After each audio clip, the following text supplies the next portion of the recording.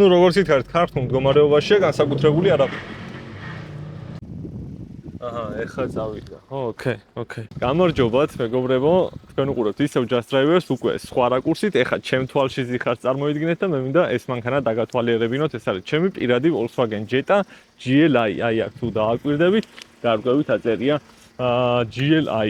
რაც იმას ნიშნავს, რომ ეს მანქანა არის 2.0 ტურბო ძრავი დახვჭურვილი, 210 ცხენისალა აქვს ქარხნულად და მოდი ეხლა სანამ წვიმა დაიწყება, მანამდე უცებ შემოუვაროთ, განვიხილოთ რა აქვს. ამ მანქანას განასხვავებს ჩვეულებრივი Jetta-საგან, აი ეს Bixenonis ნატურები, ასევე გვაქვს 18-იანი დისკები ალუმინის.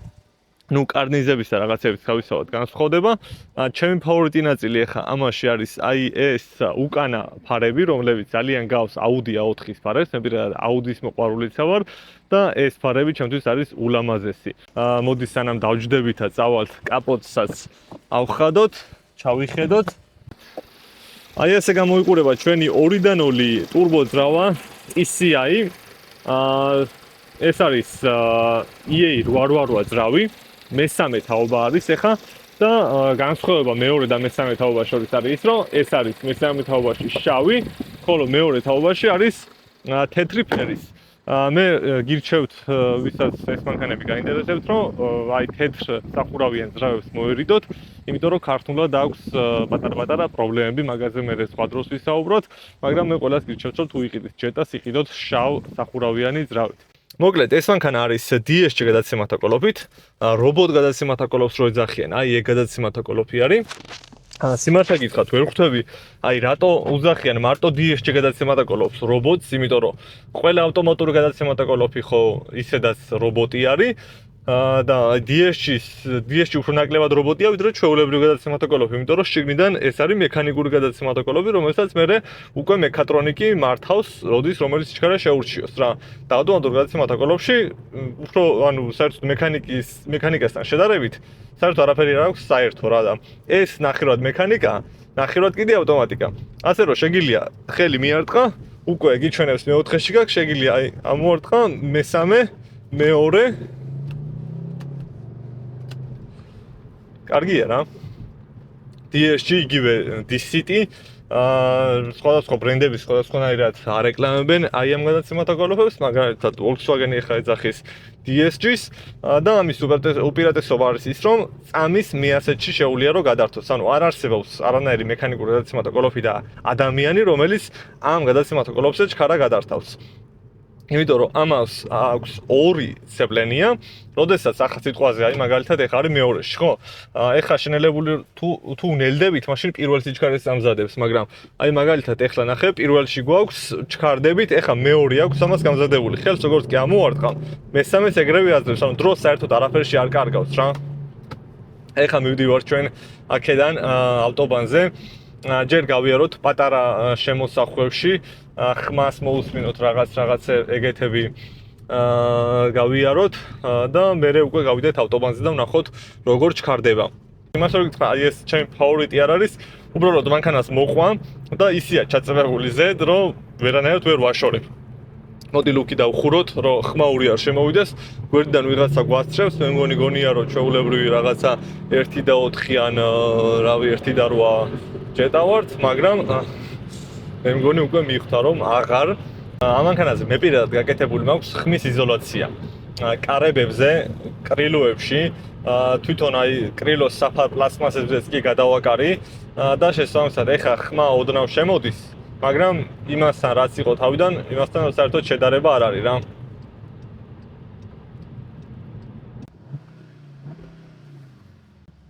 ლიმიტერიც გვიყენია 4000 არაშორებს. ნუ როგორც ითქარით, ქართულ მდგომარეობაშია განსაკუთრებული არაფერი. თუმცა ეგ იმას არ ნიშნავს, რომ მოძრაობა არ შეუძლია.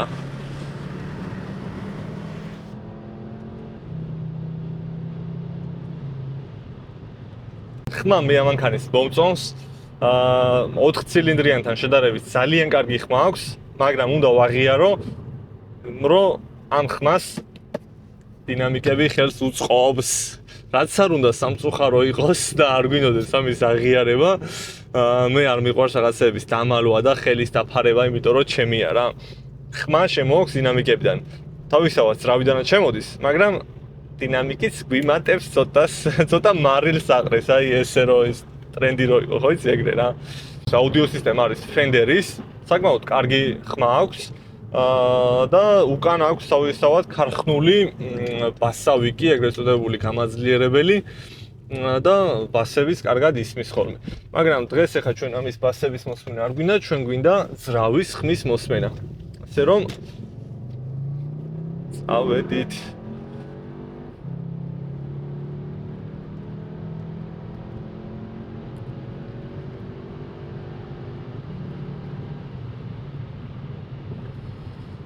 ძალიან ლამაზი ხედი გადაგვეშლება მალე წინ და დაელოდეთ, აი იქეთ თუ ხედავთ ახლა მზის ჩასვლას შევხვდებით ერთად. საფრთხეობა პირველ რიგში, კარგად დავაკვირდეთ რა ხდება.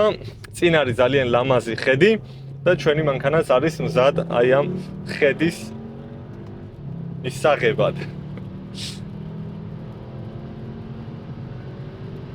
ოდიში მეგობა რომ ახლა ვერ გავიყოლებდით ჩვენ მეგობარს, იმიტომ რომ ცალკე საქმე მაქვს აქეთ.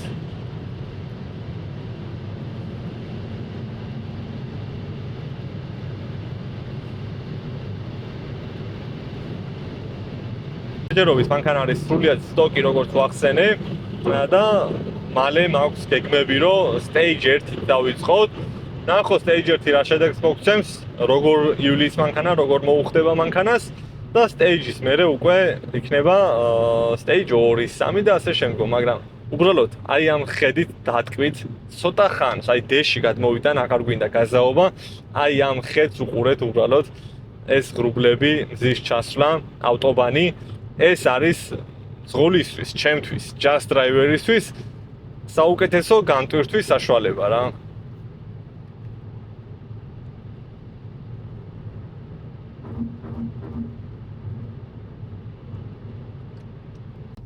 DS-ში გვაძლევს იმის საშუალებას, რომ მანქანა ვატაროთ ისე როგორც მექანიკა.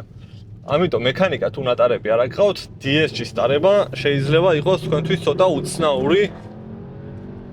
იმიტომ რომ თუ სწორად არ შეურჩევ სიჩქარესაც ცუდად გადართავ, როგორც მექანიკა, ასე რომ ვთქვათ, აჯიკავებს მანქანას რაღაცა ეს შეგრძნება ცუდი გადართვის, რაც აქვს მექანიკას, იგივე შეგრძნებას მიიღებ ჩვეულებრივად DS-ისგანაც.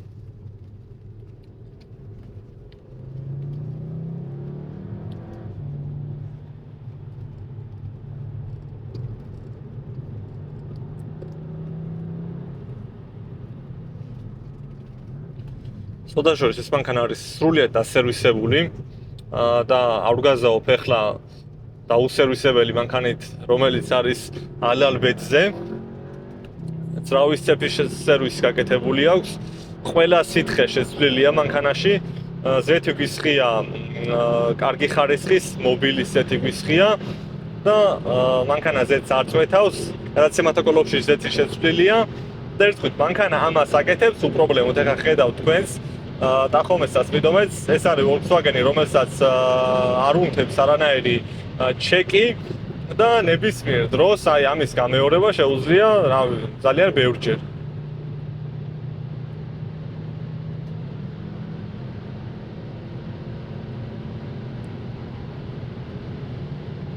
და აი ყვითელმა წაანთო, ჩვენი მისია მე მგონი შესრულდა. ეხლა დროა უკვე ბენზინი ჩავასხათ მანქანაში, დავასვენოთ. ხედავთ რომ ზეთის ტემპერატურა უკვე ავიდა 104 გრადუსზე. ეს ცუდი არ არის, პირიქით, ეს კარგი არის. ზეთი უნდა ავიდეს სამუშაო ტემპერატურაზე, ძრავი უნდა მივიდეს სამუშაო ტემპერატურაზე, რომ თუ რაიმე ნადები აქვს, ეგ ნადები მოშორდეს. რა თქმა უნდა, ყოველ წამს და ყოველ საათში არა ასასურველი რომ მანქანა ამ მდგომარეობამდე მიიყვანოთ, მაგრამ კვირაში ერთხელ თუ სახლის სამსახურზე გადაადგილდებით, ახლა მაგალითად, კვირაში ერთხელ თუ თქვენ მანქანას გაიყვანთ და ცოტა გააცოცხლებთ, გააღვიძებთ, ძრავს, გაახსენებთ, როგორია 6000-ზე 7000-მდე გადატანა ძრავის ბრუნის, ამით არაფერი არ დაშავდება და არასდროს არ შეგეშინეთ ამის გაკეთების. 102 გრადუსი არის ახლა ზეთი. ეს ანუ სახიფათო არაფერი არ არის, უბრალოდ ასეთ დროს მანქანა არ გააჩეროთ და არ ჩააქროთ არავითარ შემთხვევაში. იმიტომ რომ ტურბინიან ძრავებზე, იცით რომ ზეთი ცირკულირებს ასევე ტურბო სისტემაში. აუ რამხელა ტრაილერი მოდის. ხო, ტურბინიან მანქანებში ზეთი აგრილებს ტურბოს. შესაბამისად, ჩვენ თუ 100 გრადუსს გადაშორებულ ცხელ ზეთს ცხელ ტურბოში ჩატოვებ და ისე დააყენებ მანქანას, ეს ზეთი ჩაიწვება, ნადები გაიჭედება აი იმ წვრილ სისტემაში, სადაც ზეთი მოძრაობს და შესაბამისად მიიღებთ ტურბოს დაზიანებას, მიიღებთ ზეთი, რომელიც დამწვავ გარემოში მოძრაობს და ერთ სიტყვით არანაირად არ უხდება ძრავს. ამიტომ ტურბინიან მანქანებზე, როდესაც ჩქარა იმოძრავებთ, იგაზავებთ, აუცილებლად შემდეგი ეტაპი არ უნდა იყოს მანქანის გაჩერება.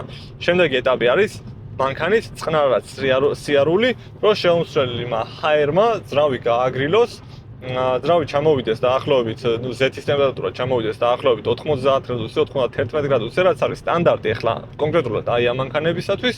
მერე შეგიძლია თავისუფლად გამორთო, ჩააქრო და ასე შემდგომ. იმისთვის რომ დაეხმარო, ასე რომ ვთქვათ, გაგრილებაში შეგიძლია ფეჩიც ჩართოთ და ეს თავისთავად სითბოს აართმევს კიდე ძრავს.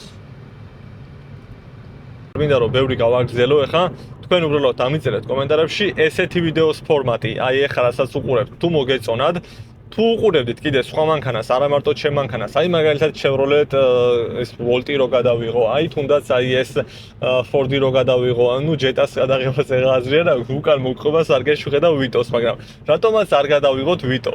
მე ვარ just driver, ჩემთვის არ არსებობს არანაირი შეზღუდვა. მე ვატარებ ყველანაირ მანქანას, რასაც აქვს 4 ბორბალი, გინდა 6 იქონდეს, არ აქვს მნიშვნელობა. მე ნებისმიერ მანქანას გადავიღებ, გავატარებ და ჩემი მიზანიც ეგ არის, რომ თუ რაიმე მანქანა მოძრაობს, მოკლედ ჩემი ცხოვრების განმავლობაში სანამ ცოცხალი ვარ, ვატარო, მივიღო მანქანებისგან სიამოვნება და თან ეს გაგიზიაროთ თქვენ. აბა, შეხვედრამდე.